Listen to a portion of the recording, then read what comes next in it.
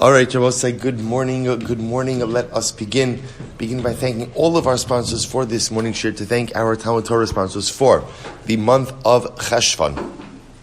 Josh and Becca Friedman for dedicating over Shomer Joshos this month.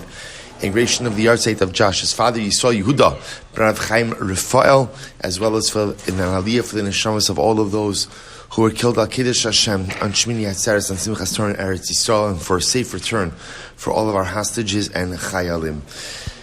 Semi and Malka Esterson in memory of their parents, Hinda Bas Henech Ephraim, Yitzchok Leib Ben Aaron HaKohen, and Sarah Rachel Bas Baruch Avram. The Pepper family in memory of their brother and uncle Yosef Pepper, Yosef David Ben Yaakov Zichron Livracha. Our week of learning sponsors, Doug and Gail Stanger in memory of Doug's father, Shraga Feivel Ben Moshe Avram Halevi Zichron Livracha. And of course, as a shiur, we dedicate our learning in the Ilu Nishmas, Master Sergeant Eliyahu Michal Harush. We hope that on the merit of our TALMUD TORAH, his Neshama will have an aliyah and the family a Neshama.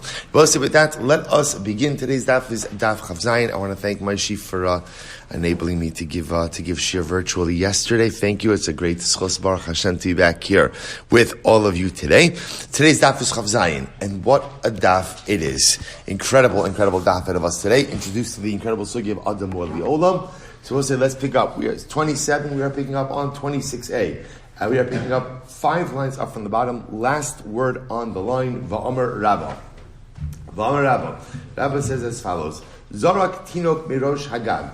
If a person threw a baby off the roof, and we'll say, obviously, again, the cases sound terrible. Obviously, again, the Gemara often uses hyperbolic cases in order to go ahead and illustrate a point. So a person goes ahead, Zorak tinok mirosh hagag, uba achar v'kiblo b'saif. And someone else went ahead and was standing below with a sword, and ultimately, again, the baby was impaled on the sword. So I'll say, so what's the shaila? The shaila is, of course, liability. Because remember, again, the assumption over here is the fall itself would have killed the baby. But again, now someone came along and introduced an intervening force of the sword. So the shaila is, what's the liability? Remember, again, I'll say, what's the similar case to this? The similar case to this was the guy who threw the kli off the right, threw the utensil off the roof, and Lamais, again, someone else came along and stood there with the baseball bat and smashed the kli. So in that case, remember, again, we said that the baseball bat guy really has no liability. Why? Because mana tvira tavar. He broke a broken utensil. So of course, over here, the question is, can you see the same logic over here? The guy with the sword kind of killed something that was already dead. Halachically, it's viewed as dead, since ultimately, again, it would have died as a result of the fall.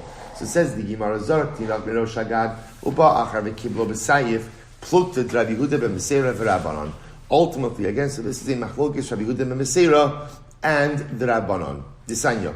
We'll say, what's the machlokes? Here we go. So Hiko. Asar B'nei Adam. Also, actually had this. Asar Maklos. Imagine for a moment 10 people hit Ruvain with 10 sticks. Whether they did it all together simultaneously or they did it consecutively. What's the halacha? Kulan top of Chavzayin, Kulan Peturin. All of them are patur. Now I will say, what's the logic over here? Take a look at the first Rashi in the Daf Peturin. Deba'inon shiyake kol nefesh adam kol hanefesh. Ve'in kan maka kol hanefesh u'petur memisa. So I say, so the idea over here is, according to the Rabbanon, in order for there to be capital liability, you have to deliver a death blow. Right? A person has to be capable, a person has to have delivered the blow that caused death.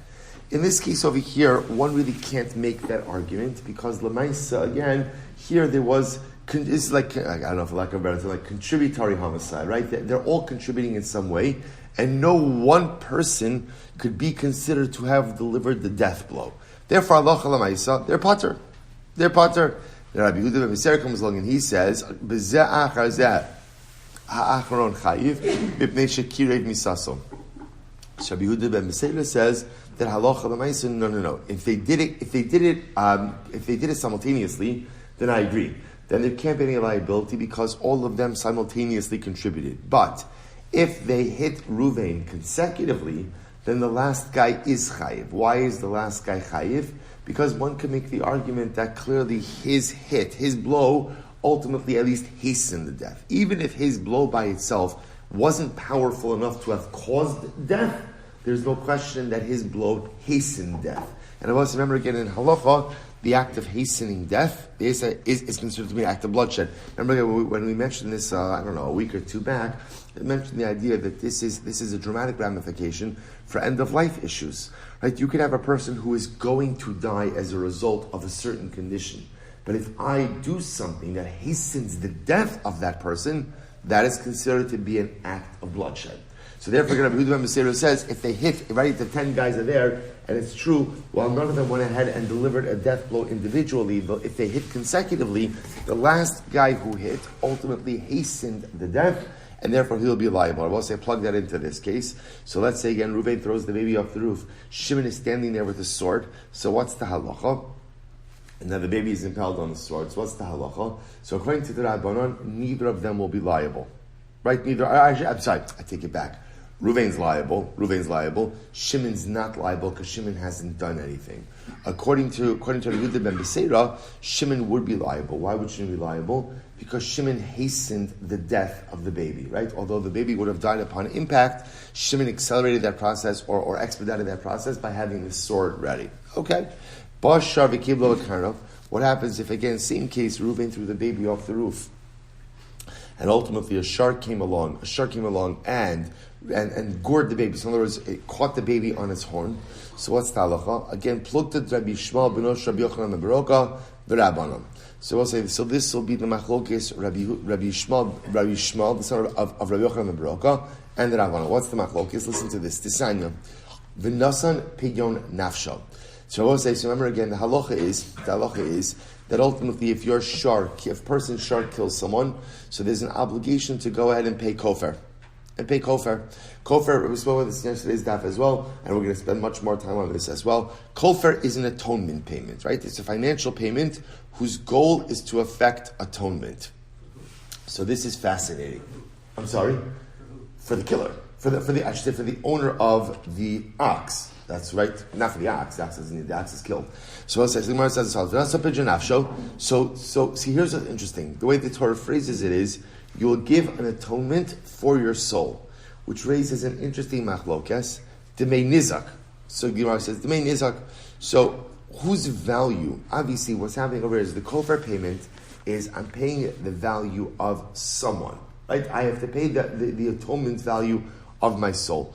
Whose value are you paying? Whose value are you paying? So the first opinion says, demei nizak. You're paying the value of the person who was killed. So in other words, we'll say, so we go ahead. Look at Rashi for just a moment. Rashi says, Plukta Rabbi Yisroel Rabbanon, Le'inyan Kofer, Rabbi Yisroel Damar Kofer, actually before we get to this. So we'll say, so the main nizak means, we look at the value of the person who was killed. I will say, in general, how do you establish value? On a most basic level, you look at if a person was being sold as a servant, how much money would they command on the servant market? Okay, that's one way. So first opinion says, we look at the value of the person who was killed, and the owner of the ox is obligated to pay that amount. So Rabbi Yochanan, so the Gemara says, Rabbi Shmuel b'no, that's Rabbanon. Rabbi Shmuel b'no, Rabbi Yochanan b'roka, Omer, Dnei Mazik. He holds, no, you don't pay the value of the victim, but rather you pay the value of the mazik, of the person who did the damage, or in this case again, the owner of the ox. The owner of the ox. So we'll say, so how does this come up over here? So now let's play this out. So Reuven goes ahead and throws the baby off the roof, and now Shimon's ox comes along and receives it on its horns. So the shaila is, who's liable over here, right? Who's liable? Or what is the liability, I should say? So the Gemara says, this depends on Machlokes Rabbanan and Rabbi Shmuel, right? Look at Rashi now for just a moment. Rashi says, Le'inyan kofer, see that Rashi, it's the first of the last of the wide lines. Rashi says, Le'plukta Rabbi Shmuel Rabbanan, Le'inyan kofer, Rabbi Shmuel Damar kofer, b'mazik shaminan, meshalin kofer. So it's according to Rabbi Shmuel who says that you pay the value of the damager, so that's fine. In this case over here, the owner of the ox would pay the value of his value. However, again, aval Rabbanan de shaminan b'nizak, Hai lo hava le damim upater. We'll say, but if you hold that the value of kofar is the value of the victim, we'll say it's actually interesting. In this case, the victim has no value. What do I mean by that? I will say, what is the value of a baby falling off a roof? Again, I will say, it sounds strange to speak in like such coarse terms, but I will say, we're just talking about, there's a phrase called halacha yevesha, the dry halacha. Right? Just about in a legalistic perspective, what's the value of a baby falling off the roof? And the answer is zero. There's no value. There's no value to that. So because there be no value, ultimately, again, there'd be no call for payment either. Okay. Rabbi says as follows: Nafal meirosh hagag v'niska b'isha. All right, so this is an interesting case. So right, Reuven falls off the roof, and somehow the position in which he falls on top of a woman, and it results in an act of bia. It results in an act of relations. So again, right? So again, remember, we're using hyperbolic cases in order to go ahead and illustrate. Okay, enough side chatter over here, right? Right? Again, we're just right. Again, a hyperbolic case in order to illustrate a point. So remember, again, he's falling off the roof, and he falls off in such a way that he falls literally again on top of a woman, and ultimately results in an act of bia. So we'll say, so now the question is, what are the ramifications? So chayiv dal dvarim. So we'll say, so first of all, he's going to be chayiv ultimately again in dal dvarim. So remember again, which is nezek, tsar, ripui. We'll see sheves. So again, remember again, nezek, damages, ripui, doctor bills, sheves, lost wages. What did I leave out? No, but besides boshes, nezek, tsar, ripui, sheves.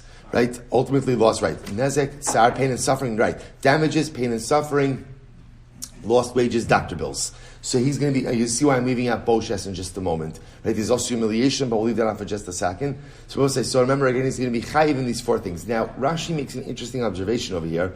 Rashi says, v'niska v'isha chayiv b'dal dvarim, u'kigon shenafal beruach mitzuya, tahavile karov lemezid.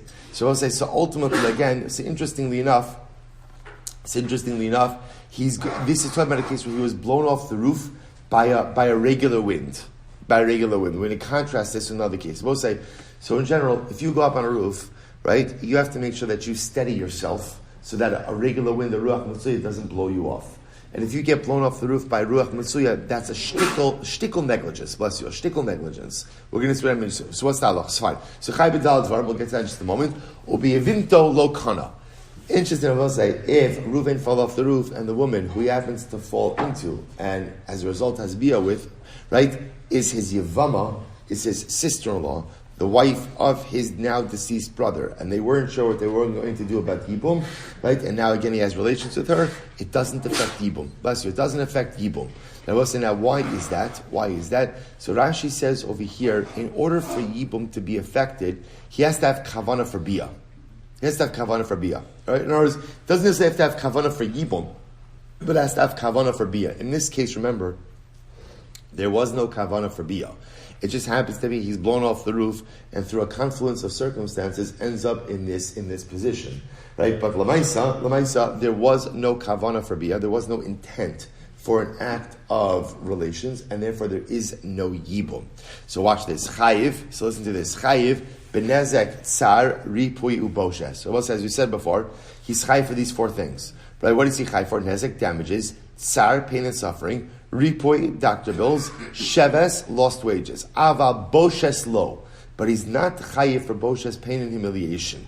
Why not? We'll say, Disnan, Eno chayiv ala boshes adshu miskave. Remember again, we said this before. We saw this 2 days ago. Or yesterday. The concept of boshes, of humiliation is only paid when you are either mazid, intentionally damage someone, or karov lemazid. Or very close to being intentional. In this case, remember again, he's not intentional. In this case, as much as he was perhaps like a little bit negligent because he didn't steady himself enough in the face of a ruach mitzuya, of a regular wind, but clearly there's no kavana to damage. There's no intent to go ahead and hurt or harm, and therefore halacha l'maisa, no boshes. Incredible. Fine. So we'll say let's go with another case. That was interesting. Let's go with another case. V'amar Rabba. Say, but what is interesting, by the way, along the way of these cases is, you pick up like a number of just fascinating halachic facts. That's the point. I will say, you wonder to yourself, why does the Gemara come up with cases that are never going to occur? And remember, again, think about all of like the little legal nuggets you're picking up along the way with each of these cases, right? How we're learning about kofer, how we're learning about now, again, even yibum, right? That yibum requires kavana for bia, all right? Fine, boshes requires you to be almost mazid or karov lemazid.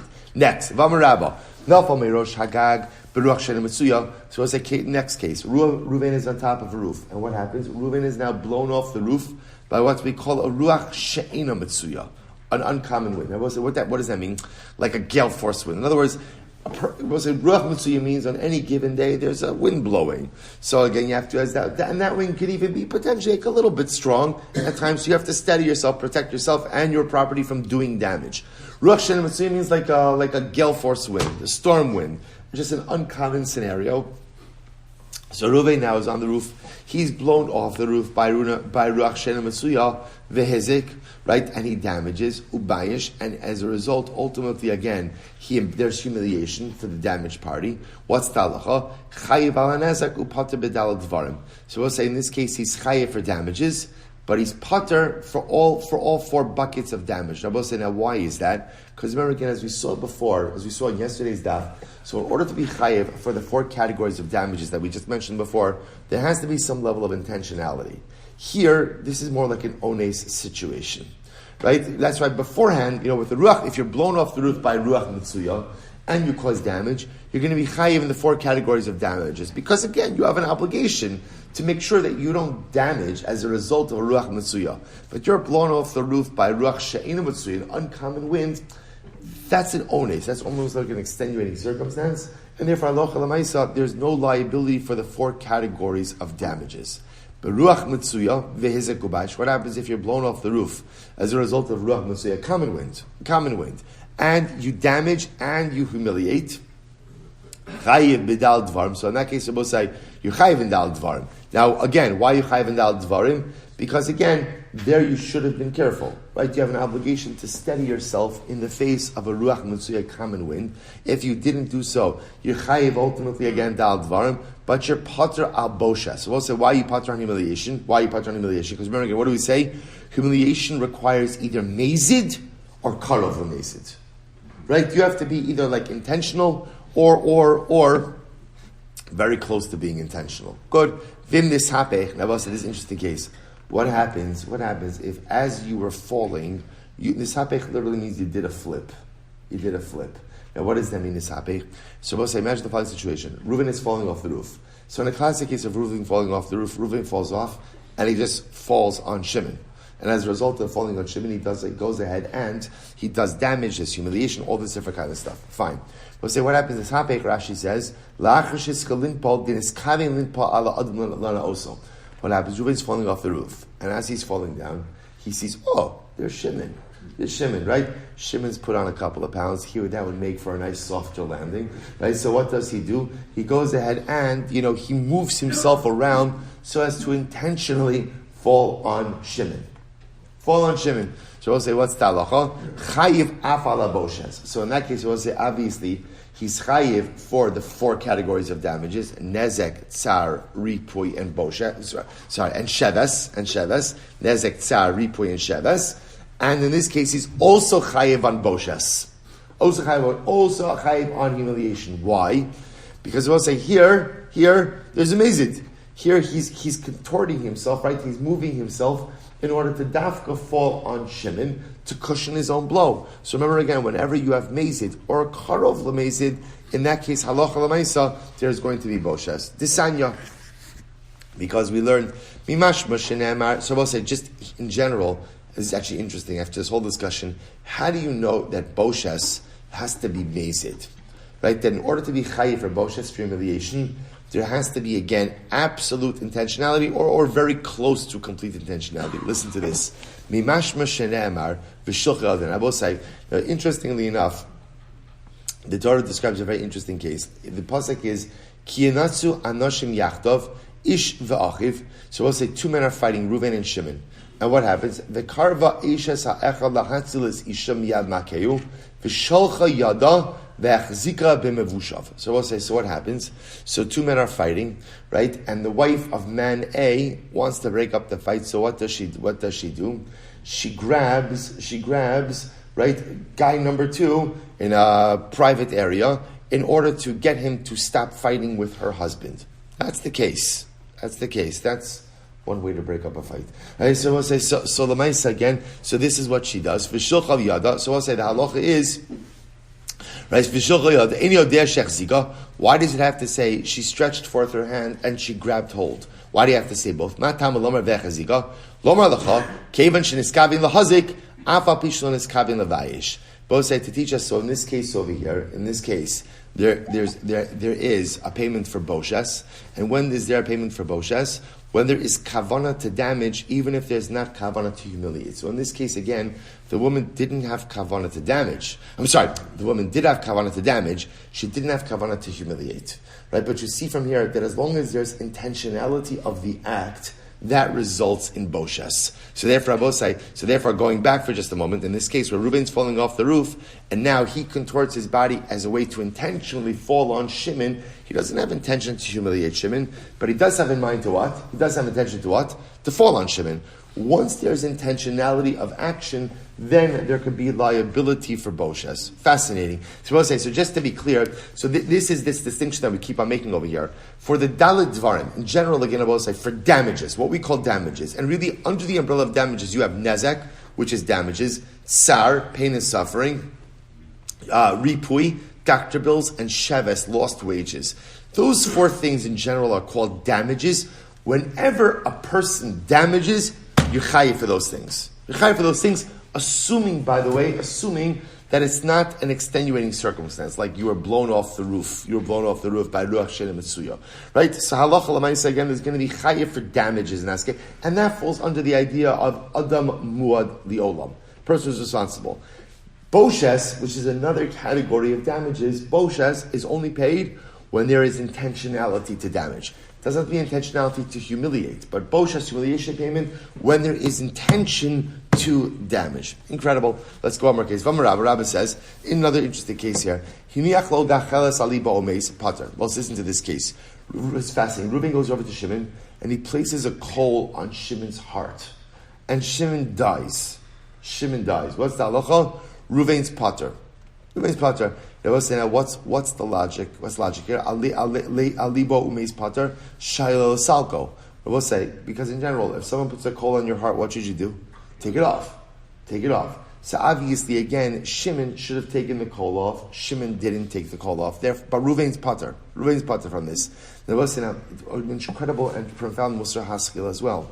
Sometimes people do things to place us in difficult circumstances. Or people do things which create certain realities for us. While it might be true that someone else created the circumstances or someone else placed me in the circumstances, I have an obligation to extricate myself from compromised scenario, compromised situation. In other words, sometimes we use that as an excuse. If somebody put me there or somebody did something that created my reality, okay, what could I do? What can you do? Take the coal off your heart. What could you do? Walk away. What could you do? Extricate yourself. As well say, I am responsible for my life. And sometimes, even if someone else created circumstances which negatively impact me, I have the ability and the responsibility to right the ship, to extricate myself from those circumstances, and to save myself from any further harm. Such a tremendous yisod. So the Gemara goes weiter. A big dov in Israf. This is actually interesting. What happens if Reuven places the coal on Shimon's clothing and the clothing burns? Ultimately, again, chayiv. Then Reuven is going to be chayiv. They're both saying, now here's what's interesting about this. Look at Rashi for just a moment. Tahalo salka savar at abine le bedine v'yifralo. So I'll say this is interesting. In the second case, so Reuven is placing the coal on Shimon's clothing. Shimon could have removed the coal, but Shimon doesn't. Nevertheless, Reuven is liable. Why did I both say? It's actually interesting. In halacha, if someone damages your property, you have a right to say, you know what? I'm not intervening. Let them damage it, and I'll sue them in Beis Din. In other words, there's no obligation. It's actually interesting. When it comes to my person, so I have an obligation to go ahead and remove the damaging force. On my property, if I don't want to remove the damaging force, and just say, I'll just sue Ruvain for damages, Shimon has the ability to do that. It's interesting. So the Gemara goes weiter. Good. Al big Rava said, Rava, Tarvayu Tanini. We learned both of these ideas. We learned the idea about putting the coal on the heart. Tisnan, Sekavash Halav L'socha or L'socha Mayim, Venyachalalos Mishamu Meis Chayiv. If Reuven goes ahead and throws Shimon into water or into fire in a way that Shimon cannot free himself, so in this case again, Reuven will be liable. Reuven will be chayiv. Dachfo l'socha or l'socha mayim. But if Reuven pushes Shimon into fire or into water, v'yachalalos misham, and Reuven has the ability to go ahead and did I say the names wrong? And Shimon has the ability to extricate himself from it. Umeis, but Shimon doesn't. Potter. Ultimately, again, Reuven is potter. So it's interesting. So in other words, Reuven, in case number one, if Reuven throws Shimon into fire water, and let's say again Shimon is bound, he's unable to move, so then Reuven is going to be chayiv. But if Reuven throws Shimon into fire or water, and Shimon has the ability to extricate himself from it, and he doesn't, Reuven is potter. That's exactly what we said before. Big though, what's the case of clothing? This nan. Karas ksuso, right? If Reuven goes ahead and tears Shimon's clothing, shavar as kada, or ultimately he breaks his utensils, chayiv. Amanas liftar, pater. Ultimately, again, it's actually interesting. What does it mean, amanas liftar? If ultimately, again, he says, I'm sorry, I read that wrong. Kara es ksusi, right? Kara es ksusi, shavar es kadi, chayiv. So I'll say ultimately again, even if Reuven says to Shimon, break my stuff, rip my clothing, right? And Shimon does it, he's chayiv. Amanas liftar, but if Reuven says to Shimon, break my stuff, on the condition that she'll be potter, then ultimately again he's potter. Fine, we'll talk actually more about those cases later. Boy Rabbi says as follows, interesting case. Hiniach gachalas alev avdo mahu. We'll say, what happens if Reuven places a coal on the heart of Shimon's eved? So we'll say, what's the status over here? Kigufo dami? Does the Eved have the status of Shimon's body? And the Eved, if the Eved dies, it's kind of on the Eved, right? He should have removed the coal from his heart. O kibamono. Or do we say that an Eved is like a piece of property? And therefore, no, it's no different than putting on a piece of clothing, in which case Reuven would be chayiv. Imtim slomer kegufo dami. If you say that an Eved has the status of the guf of Reuven, or of Shimon, I should say, excuse me. And therefore, again, if the Eved dies, it's not on Reuven, because the Eved should remove the coal. Shoro mahu. What happens if Reuven places a coal on Shimon's shar, on Shimon's ox? What'll be the halacha over here? So, Hadr Pashte, later on resolved it. Avdo kigufo shar kelmon. So it's an interesting distinction. An Eved is like Shimon himself. So in other words, if Reuven places a coal on the heart of Shimon's Eved, and the Eved dies, so then Reuven is not liable. Why? Because the Eved should have taken it off. And if the Eved doesn't take it off, that's on the Eved. That's not on Reuven. A shar, however, is like a garment, like an article of clothing, like a utensil. And therefore, if Reuven places a coal on the ox, and the ox dies, then ultimately, again, Reuven is going to be liable. We'll say another, again, to kind of loop back to what we said before, the distinction is so profound. Rabbi say, wherein lies the distinction between a man and an animal, an adam and a behema? It's in the ability to actively remove themselves from dangerous situations. Right? An animal which doesn't have das, right? An animal which has instinct, so could remove himself from certain harmful situations, but cannot remove himself from all harmful situations. But an adam, man who has das, who has intellect, who has bechira, who has free choice, when placed in circumstances that are unhealthy, that are difficult, that are compromising, man has the bechira, man has the choice to be able to remove himself and extricate himself from those negative circumstances. Halabai, we should be so chemer Hashem to use our bechira wisely. Hadjun alach, ketzah regla bosai, mazel tov. Mazel tov, mazel tov. Let's go. We'll say interesting case over here. So watch this. Reuven leaves a jug in Rosh Hashanah. Public domain. And what happens? Shimon comes along and trips over it. B'shavra, and he breaks it. Pater. Ultimately, Shimon is pater. And I will say, why Shimon pater? Because again, you can't leave your stuff in Rosh Hashanah. Right? No one has a right to put their stuff down in Rosh Hashanah. So therefore, if Reuven does so, that's on Reuven. And if Shimon subsequently goes ahead and tramples it and breaks it, so there's no liability. Now watch this. Hizikba. What happens if Shimon tramples it, falls on it, and breaks his leg? What's the halacha? Balachavis chayiv benisko. The owner of the barrel is obligated in damages. Rabbi say so. This is like a double whammy over here. So number one, Reuven, so the case Reuven leaves his utensil on Surabim. Case number one is Shimon tramples over it and breaks it. No liability. Shimon has no liability. Reuven, don't leave your stuff in public domain. Case number two is Shimon tramples it and he breaks his leg. And in that case, Reuven will have liability for the damages he caused Shimon. Incredible. Rabbi says the Gemara just asked a tiny little question over here. Pasach bekad v'siyim b'chavis. The Gemara uses two different words, right? The case of the Mishnah begins by saying Reuven left his kad. Kad is a jug. It's a jug, right? And then it ends off by talking about a chavis, which is a barrel. So why are you changing your words? Pasach bekad v'ksim b'chavis. Utram, we see this other places as well. Zeh ba b'chaviso v'zeh ba b'koraso. So we'll talk about this case. Reuven is walking in a Surabim with his barrel. Shimon's walking with a beam. V'nishbar akadosh hazeh b'korasho zeh. And Shimon's beam breaks Reuven's barrel. Pater. Ultimately, again, so Shimon is pater. Why? Because we'll say everybody has a right to be in a Surabim.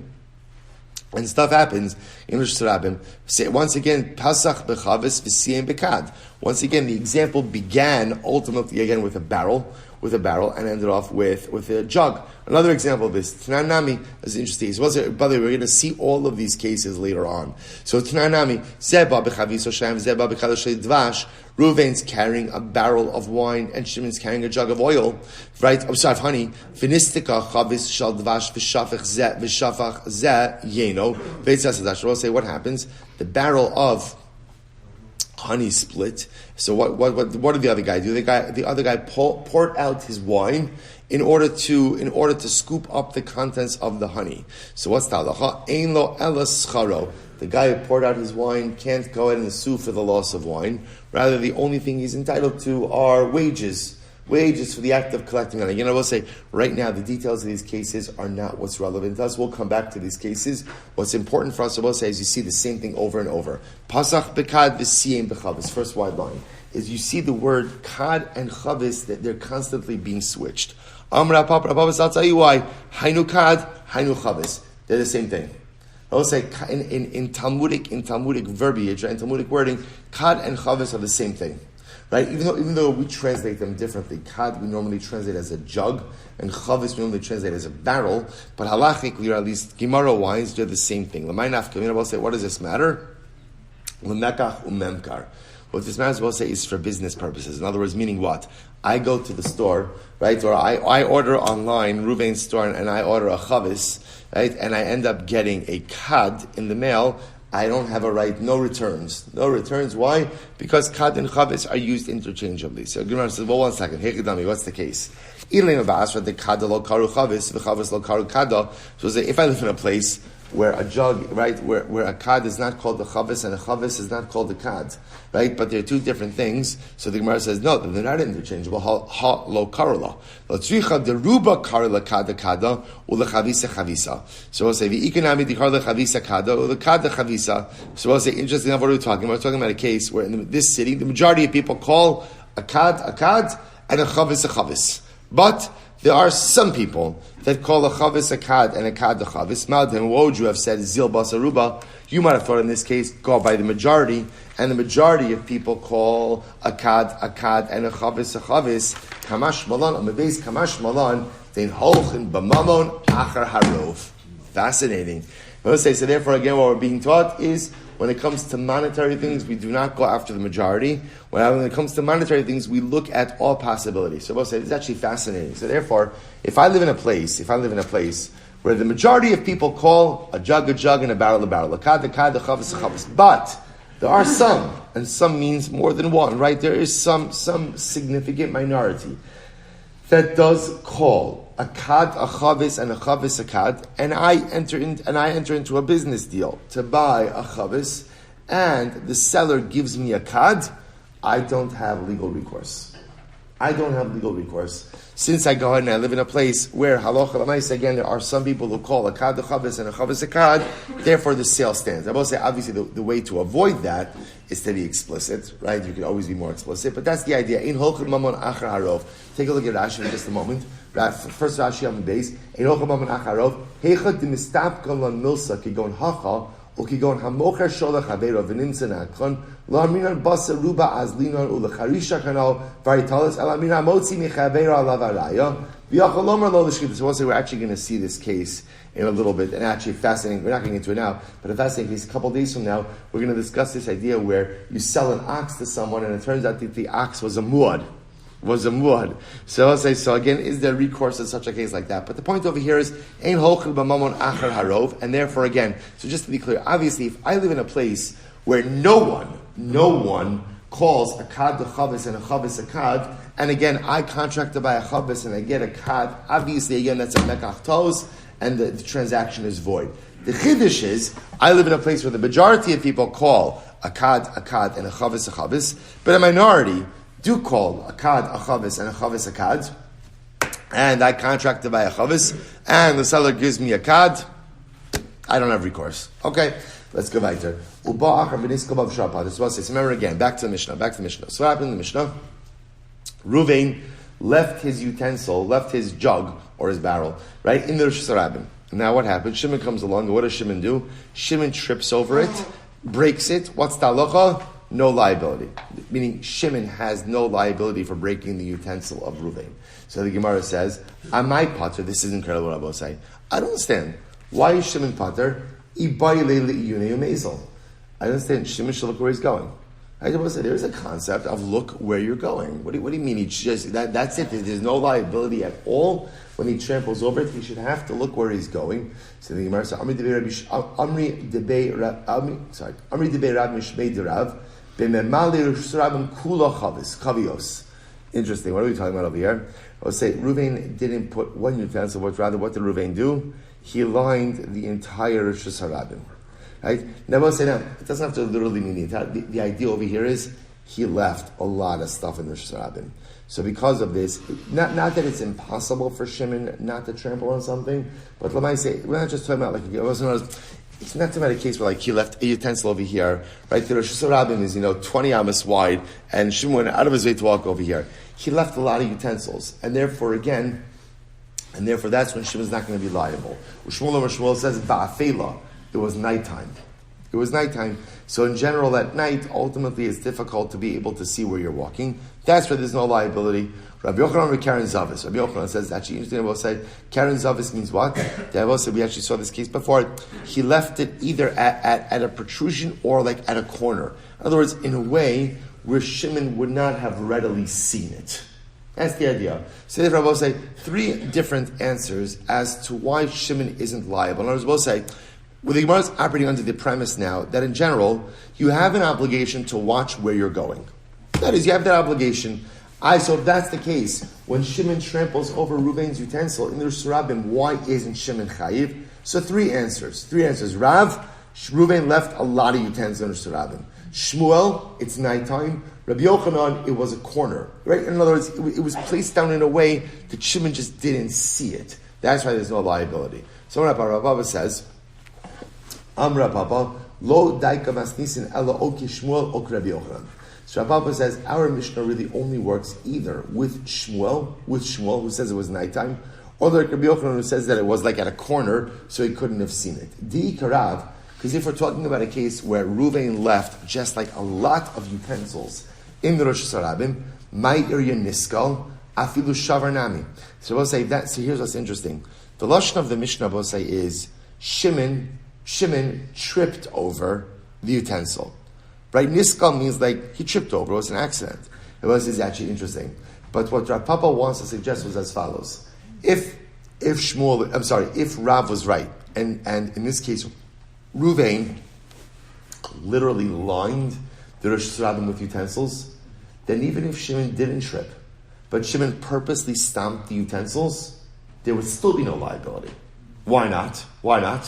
Because Shimon has a right to traverse the Rosh Hashanah. And if there are utensils in his way, he has a right even to stomp on them to be able to get where he needs to go. The fact that the Mishnah used the lashon ultimately of niskal, which means he tripped over, as opposed to shavar, trampled, indicate to us that we're not dealing with a case like Rav, where Ruvain lined the Rosh Hashanah with utensils. Rather, it's either like Shmuel that it was nighttime, Or there could be Yochanan that I was at a corner. So the Gemara says as follows: Omrav Zid Mishmei Derava Hu Adin Dafilu Shavar. Not necessarily. The truth is, the Mishnah could even be talking about a case where Halacha L'maisa Ruvain purposely went ahead and smashed the utensil. V'Hy'd diktani niskal. So why does it say niskal? Why does it say that he tripped over it? Aidi debay lemisne seifa v'im huzak ba balachavis. Right? I'm sorry. V'im huzak ba balachavis chayav b'nisko. Sorry. V'im hizak ba balachavis chayav b'nisko. So we'll say the reason why it had to. So the Gemara says as follows. The truth is, the Mishnah could have said that even if Reuven dafka trampled on it, purposely stomped it, he would still be pater.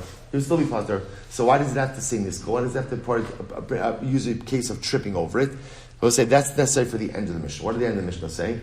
That if Shimon went ahead and tripped on the utensil and then was injured, Reuven is chayiv.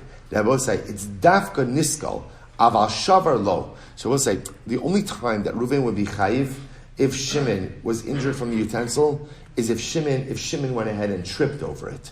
But if Shimon purposely stomped the utensil and was injured as a result of that, Reuven would not be chayiv. My time, what's the reason? Ultimately, again, that is because Shimon brought that damage upon himself. So we'll say it's interesting, right? So in other words, more suggesting that maybe, if Reuven intentionally leaves his utensil in Shusarabim, even if Shimon dafka stomps it, there's no liability. Why? Reuven has no right to leave his stuff there. So if that's the case, why frame the Mishnah as a case of tripping as opposed to a case of stomping? I'll tell you why.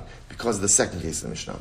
Because we'll say, here's the issue. If Shimon dafka stomps the utensil and then gets injured, in that case there's no liability, right? You brought that on yourself. However, if Shimon trips over the utensil and as a result is injured, in that case there would be liability of Reuven. Katani Reisha. So the Gemara says Katani Reisha Niskal. So therefore again the Mishnah Dafka says a case of tripping. Only Rabbi Abdul Rabashi. Hachir Marava. This is what they say in Eretz Yisrael Mishvei Ravula. Lefi she'in darkon shel adam lisponi b'drachim. We'll say this is incredible. The Gemara now will say reverts back. No, remember we'll say this entire Gemara was based on the idea that a person has an obligation to watch where they're going. Right? And therefore, again, I will say, so Shimon has an obligation to watch where he's going. If Shimon has an obligation to watch where he's going, then why isn't he liable when he goes ahead and he trips over and smashes Reuven's utensil? And we gave three different answers. Either because there's a lot of utensils, it's nighttime, it's at a corner. Now the Gemara reverses course. The Gemara says in Eretz Yisrael, they said no. Do you know why Shimon is not liable when he goes ahead and trips over and smashes Reuven's utensil? Do you know why? Because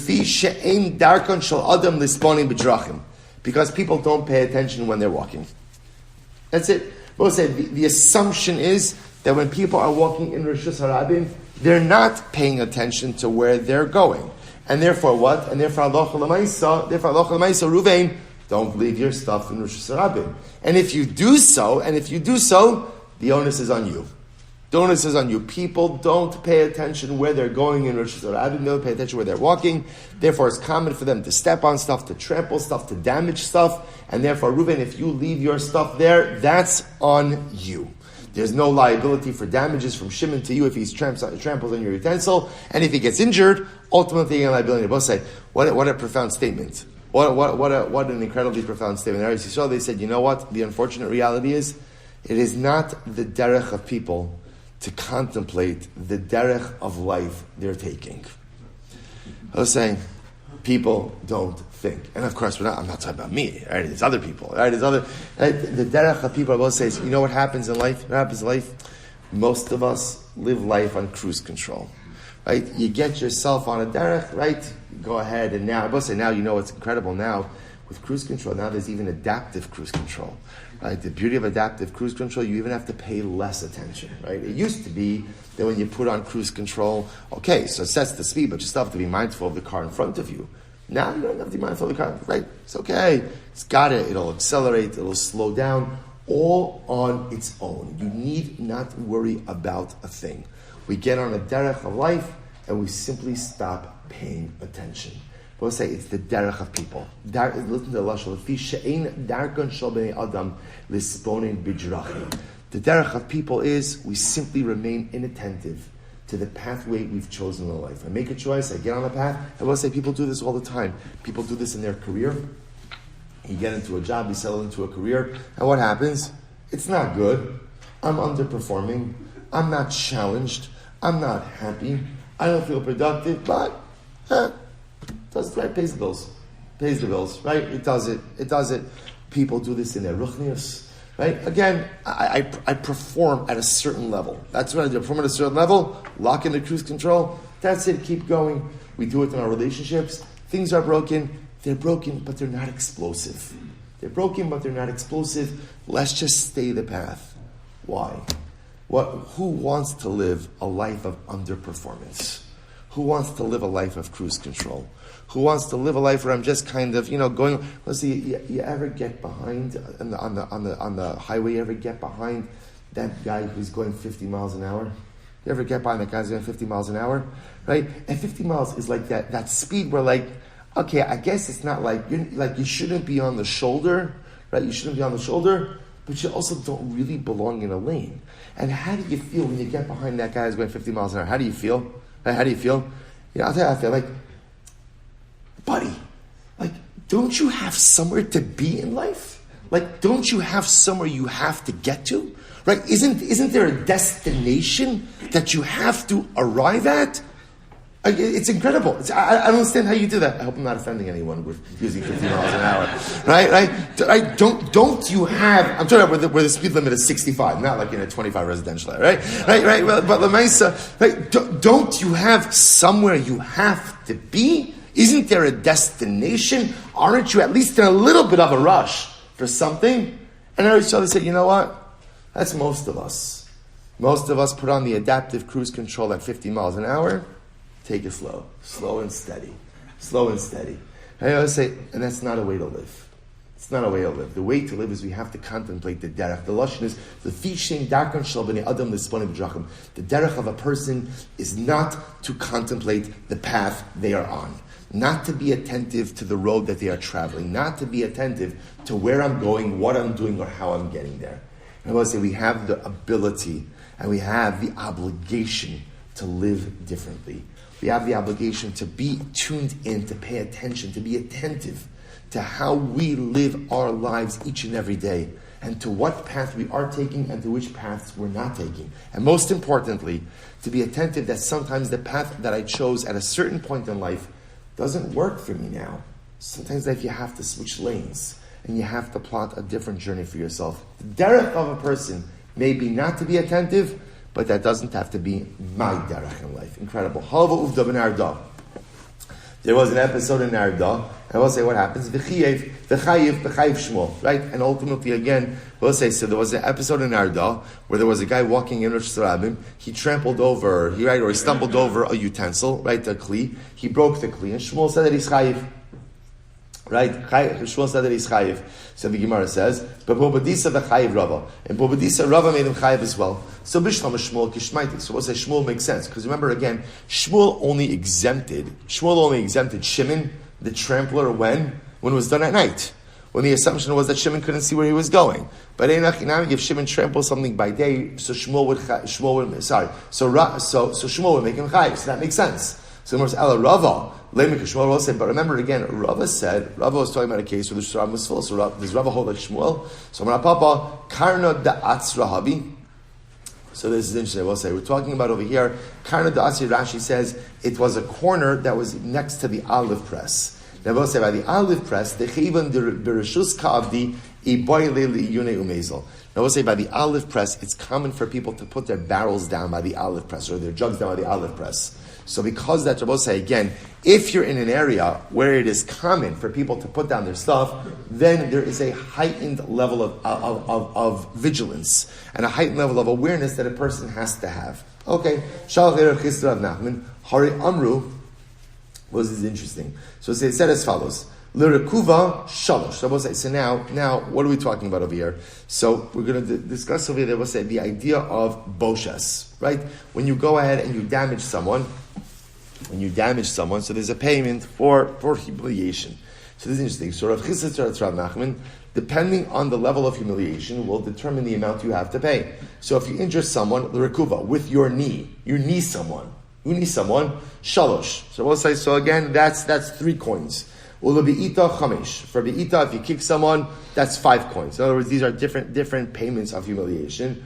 Ula sankores shalosh. We'll say sankola says you hit someone with a donkey saddle. So apparently, each of these are more humiliating in nature. You hit someone with a donkey saddle, shlosh esrei. Ula panda lemara, you hit someone with the handle of a shovel. Ula kufina demara, or with the blade of a shovel. So what's the halacha? So shalach, so what's this? And I remember again. So this is Rav Chisda is asking this of Rav Nachman. So Rav Chisda goes through his list of humiliating acts and how much money you have to pay for each of those. The question answer of Rav Chisda is, what happens if you hit someone with a shovel? So the shovel, how much do you have to pay? What's the boshes payment for hitting someone with a shovel? And he made a distinction between hitting someone with the handle of a shovel versus hitting someone with the blade. Is it called the blade of a shovel? Like the blade of the shovel. Good. So the Gemara says, Shalach lei, chista. Kanasa coming bis, the Bava. So he said, chista.